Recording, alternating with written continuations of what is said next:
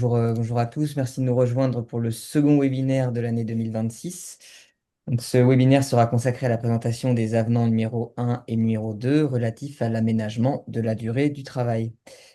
Donc, ce webinaire sera co-animé par Sébastien Monetto, avocat associé au sein du cabinet Cornille Avocat, Marion Laurent, responsable juridique au sein du Cinési, et moi-même, juriste au sein du Cinési. Comme d'habitude, on vous invite à poser vos questions dans l'onglet questions-réponses. On tentera d'y répondre au cours du webinaire, puis à la fin du webinaire, comme d'habitude, dans un temps dédié. N'hésitez pas à préciser le contexte de vos questions pour qu'on sache à quoi vous faites référence. L'ensemble des questions posées dans l'onglet questions-réponses seront recensées et figureront dans la foire aux questions qui figurera à la fin du support du webinaire qui accompagne le replay, comme d'habitude.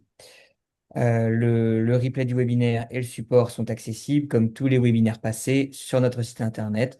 En général, il est publié courant de la semaine qui suit la diffusion du webinaire. Un modèle de charte de droit à la déconnexion va accompagner ce webinaire et on va aussi mettre à jour nos contrats de travail, nos modèles de contrats de travail pour inclure une clause relative au forfait en jour. Dernière information, et puis on va pouvoir commencer le webinaire.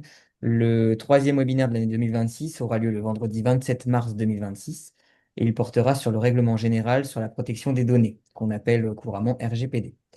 Et il sera animé par quelqu'un de Cornilla Avocat. Par On mon va pouvoir associé, commencer le... Pardon? par mon associé lors de la nouée. Exactement. On va pouvoir commencer le webinaire.